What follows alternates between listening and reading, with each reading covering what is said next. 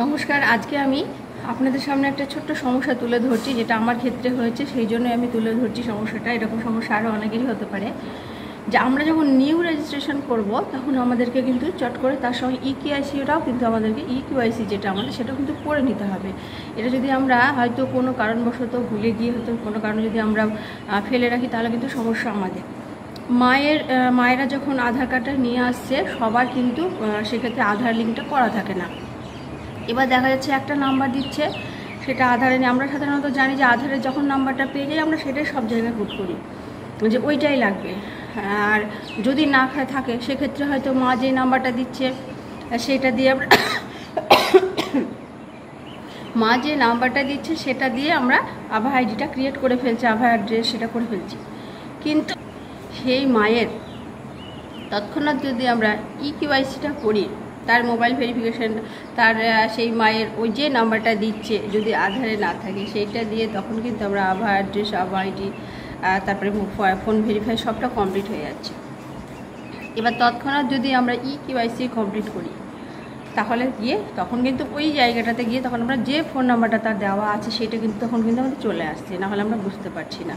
এবার আমার সমস্যাটা কি হয়েছে, আমি ইকিউআইসি করিনি আমার দুটো মায়ের। তো এবার এখন দেখা যাচ্ছে যে তার যখন এখন ইকিউআইসি করতে যদি ফটো ক্যাপচারিংয়ের ব্যাপারটা আছে, তাহলে ইকিউআইসিটা করি। এবার ইকিউআইসিটা করতে গিয়ে দেখছি যে তার ফোন নাম্বার সে যেটা দিয়েছে সেটা অন্য, আর হচ্ছে ইকিউআইসিতে করতে গিয়ে দেখা যাচ্ছে ফোন নাম্বারটা দেওয়া আছে অন্য। যেহেতু আমরা জানি ইকিউআইসি করতে গেলে আমরা যখন আমরা আধারের নাম্বারটা দেবো, তারপরে ক্যাপচারটা দেবো, তখন আমাদের 4টে ডিজিট দেখায় লাস্টের। তাহলে এবার সেই ফোন নাম্বার যখন চাইতে যাচ্ছি, সেই ফোন নাম্বার বলছে আর নেই সেই ফোন নাম্বার, একজন বলছে হারিয়ে গেছে, কেউ বলছে রিচার্জ নেই। এইরকম সমস্যাগুলোর সম্মুখীন আমাদের হতে হচ্ছে। তাহলে আমরা যদি যখন আমরা নামটা তুলছি তৎক্ষণাৎ আমাদেরকে কিন্তু ইকিউআইসিটা এটা কিন্তু করতে ভুললে চলবে না, যেটা আমার ক্ষেত্রে হয়ে গেছে। এবার সেই মাকে আমি বলেছি যে ফোন নাম্বারটা রিচার্জ করার জন্য, আর একজনের তো সিম হারিয়ে ফেলেছে। এবার কি করবে এখন দেখা যাক। তার আবার সিমটা পরিবর্তনও করা যাবে না, সেটাতে নাকি রিচার্জ করতে হবে, পোস্টপেড সিম। তাহলে সেক্ষেত্রে আমি বললাম যে তাকে তাহলে যে আধারে যেটা দেওয়া আছে তাহলে সেই আপডেট করতে হবে, আধার দিয়ে সেইখানকার ফোন নাম্বারটা চেঞ্জ করতে হবে, তাছাড়া কিচ্ছু করার নেই। আর ইকিউআইসিটা আমরা সঙ্গেই করে নেব। এবার সঙ্গে করতে গেলে কিন্তু তার কোন ফোন নাম্বারটা দেওয়া আছে আমরা কিন্তু জানতে পেরে যাবো, তাহলে কিন্তু আমাদেরকে এই সমস্যাটার সম্মুখীন হতে হবে না। এখন আমরা কিন্তু এই কাজটা করতে গিয়ে কিন্তু অনেক ক্ষেত্রেই দেখছি এরকম সমস্যা হচ্ছে, তাই আপনাদের সঙ্গে শেয়ার করবো। কয়েকটা ক্ষেত্রে হচ্ছে, শিশুর ক্ষেত্রে তাই আধার, আমাদের ম্যাক্সিমাম শিশু নিজস্ব আধার হয়ে গেছে।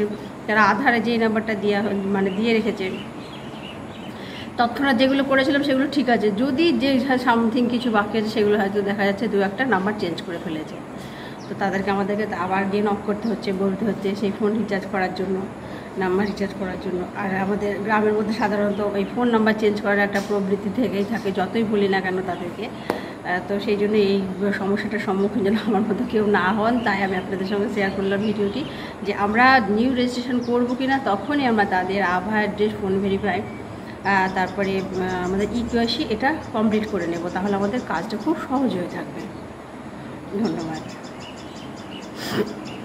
আমার এই ছোট্ট ভিডিওটি যদি কারো উপকারে এসে থাকে তাহলে অবশ্যই কমেন্ট বক্সে জানাবেন আমার মতো কেউ সমস্যার সম্মুখীন হয়েছেন কিনা।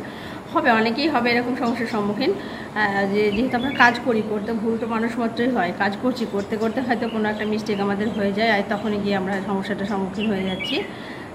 আজকের এই ছোট্ট ভিডিওটি যদি ভালো লেগে থাকে তাহলে প্লিজ ভিডিওতে একটা লাইক দেবেন। নতুন যারা চ্যানেলটাকে সাবস্ক্রাইব করে আমার পাশে থাকবেন। সবাই ভালো থাকবেন, সুস্থ থাকবেন, সাবধানে থাকবেন। আবার দেখা হবে আগামী একটা নতুন ভিডিওতে। আজকের মতো নমস্কার।